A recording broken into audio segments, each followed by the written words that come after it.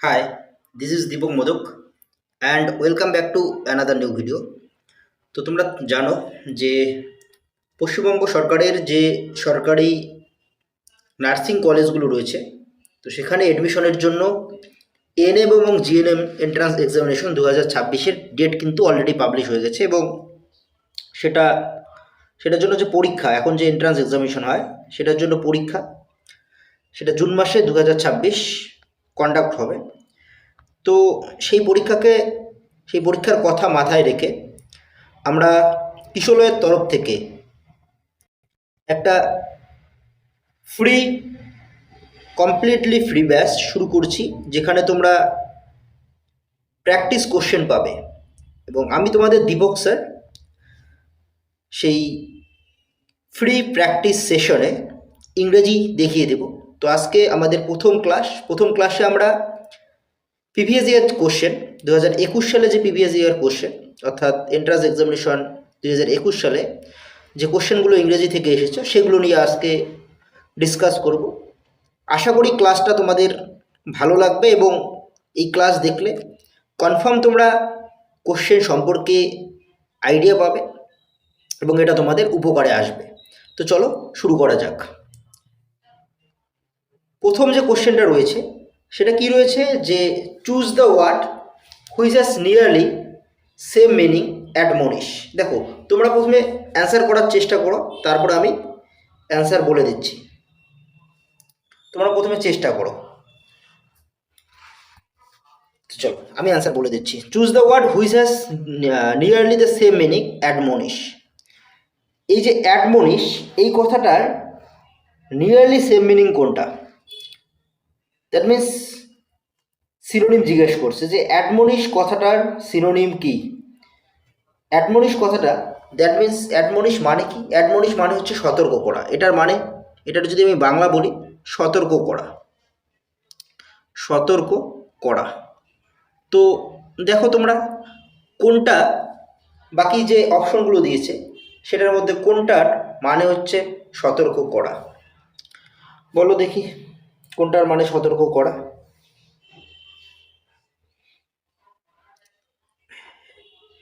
Actually সতর্ক করা ব্যাপারটা কেমন হয়, যে সতর্ক করা বা তিরস্কার করা, অ্যাডমনিশ মানে তিরস্কার করা। এখানে তিরস্কার করা অর্থই ব্যবহৃত হচ্ছে, তিরস্কার করা।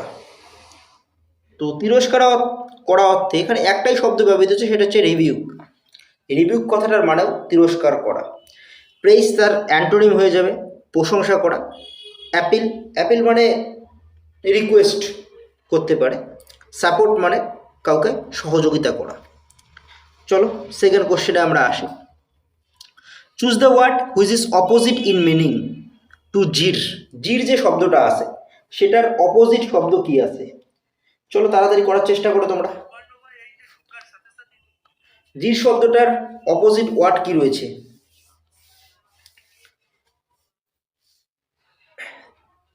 চলো আমি অ্যান্সার করে দিচ্ছি। তো জির শব্দটার অপোজিট জানতে গেলে আমাকে প্রথমে জির শব্দটার মানে জানতে হবে। জির মানে কি? ব্যঙ্গ করা। জির কথাটার মানে কি? ব্যঙ্গ করা। তাহলে মক মানে ব্যঙ্গ করা, এটা সিনোনিম হয়ে যাচ্ছে। তো নির্মাণেও ব্যঙ্গ করা, মানে নাক ছটকানো যেটাকে বলি আমরা। তো এটার অ্যান্টোনিম এখানে বলছে অপোজিট, দ্যাট মিনস প্রেইজ, প্রশংসা করা। এটা কি হয়ে যাবে অ্যান্সার? সঠিক অ্যান্সার প্রেইজ হয়ে যাবে। চলো এবার এটা নার্সিংয়ের একটা সুন্দর কোশ্চেন, যে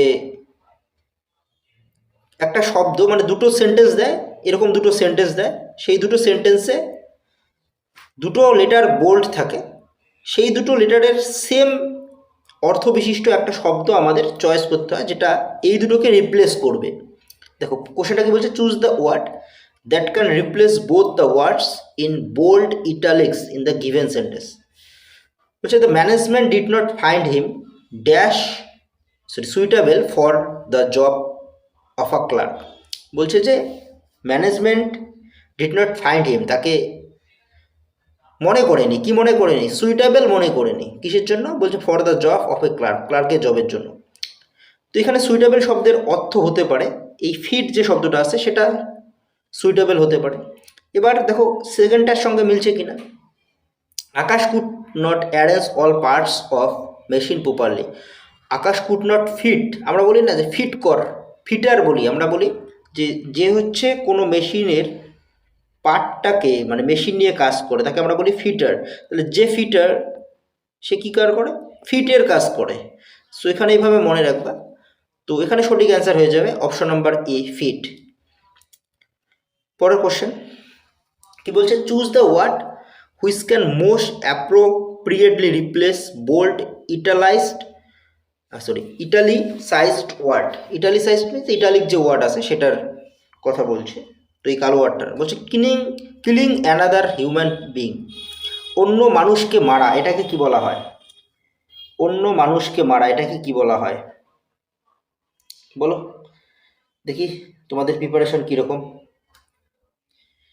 বলো বলো বলো। দেখো আমি বলেছি এখানে দেখো হিউম্যান যে শব্দটা আছে, হিউম্যান তার একটা রুট ওয়ার্ড তোমাদের মনে রাখতে লাগবে। হিউম্যানের বিজ্ঞানসম্মত নাম কি? হোমিসেপিয়েন্স। তাহলে হোমির যে কথাটা আছে এটা হচ্ছে রুট। তো এই যে হোমি, হোমি মানে হচ্ছে মানুষ, হিউম্যান মানে মানুষ। তাহলে এরকম একটাই শব্দ আছে সেটা হচ্ছে হোমিসাইড। সো একজন ব্যক্তি অন্য আরেকজন যদি মানুষকে মারে তাহলে সেটা হয়ে যাবে হোমিসাইড। আর প্যাট্রিসাইড মানে কি? পিতার হত্যা করা। জেনোসাইড মানে হচ্ছে গণহারে একটা জাতির লোককে ধ্বংস করা। অ্যান্ড ফ্যাট্রিসাইড মানে হচ্ছে ভাইকে হত্যা করা। তো এখানে আমাদের সঠিক অ্যান্সার হয়ে যাবে হোমিসাইড, অপশন নাম্বার বি।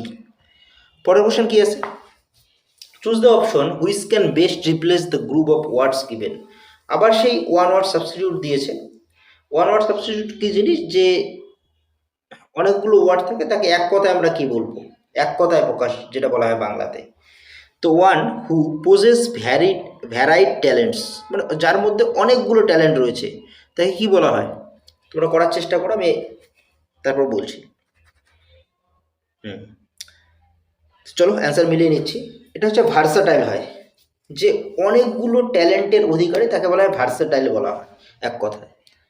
পরের কোশ্চেন কি রয়েছে, বলছে observe the two italicized words in the following two sentence and give your observation by choosing any one option below. হ্যাঁ, দুটো সেন্টেন্স দিছে, বলছে কোন সেন্টেন্সটা ভুল আছে সেটা আমাদের পড়তে লাগবে। এক নম্বর সেন্টেন্স এটা কি রয়েছে দেখি কি, we should not interfere in one's personal affair and okay, মানে শব্দ যেটা আছে শব্দটার ইউজ বাক্যে সঠিক কিনা, one's personal affairs. Okay, the personnel of civil services are a proud lot. তো বলো পার্সোনাল যে কথাটা আছে সেটা কি সঠিকভাবে ইউজ হচ্ছে দুটো বাক্যের ক্ষেত্রে? দেখো একটু করার চেষ্টা করো। খুব সুন্দর কিন্তু কোশ্চেন দেয় নার্সিংয়ের কোশ্চেন, অতটা ইজি নয়। এটা করার জন্য তোমাকে যথেষ্ট পড়াশোনা করতে হবে। কি হবে অ্যান্সার বলো। এখানে দুটোই সঠিক। এখানে বলছে যে ব্যক্তিগত অর্থে ব্যবহৃত হচ্ছে প্রথমটার ক্ষেত্রে, তো এটা ঠিক রয়েছে ব্যক্তিগত অর্থে, এটা ব্যক্তিগত মানে তার মানে এই বাক্যটা সঠিক। এখানে পার্সোনাল মানে হচ্ছে কর্মী, সরকারি কর্মী যে হয় তাদেরকে পার্সোনাল বলা হয়, তো এটাও ঠিক রয়েছে। তো দুটো সেন্টেন্সই সঠিক। সো আমাদের সঠিক অ্যান্সার হয়ে যাবে option number C, both sentences 1 and 2 আর correct.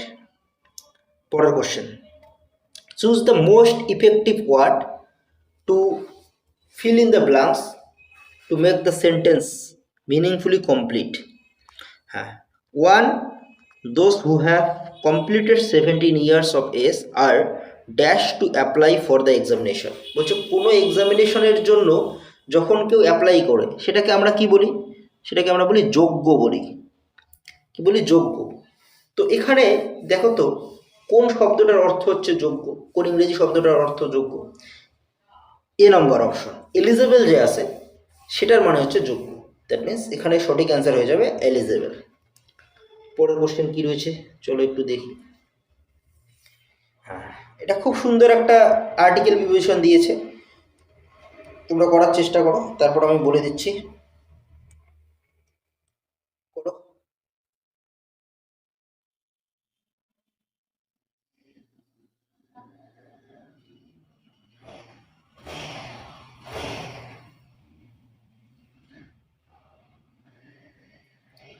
The horse stampeded and tore the street.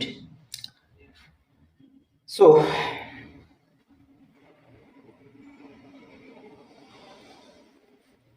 স্টাম্পেড মানে কি বলতো?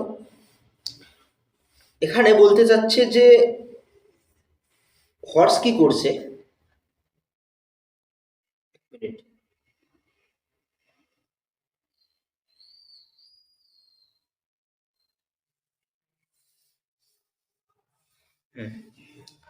হর্স কি বলার চেষ্টা করছে যে হর্সটা দ্রুত গতিতে রাস্তা ধরে চলছে।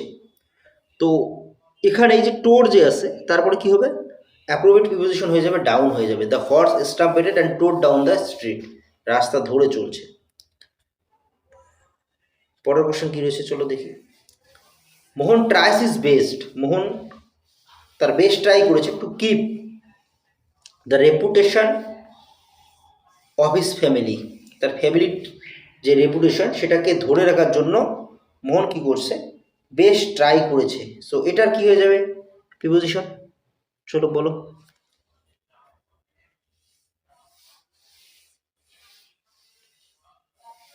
কিপ আপ মানে কি? কিপ আপ মানে ধরা না, ধরে থাকা। তো এখানে সঠিক অ্যান্সার হয়ে যাবে কিপ আপ, তার রেপুটেশনটাকে বজায় রাখার জন্য।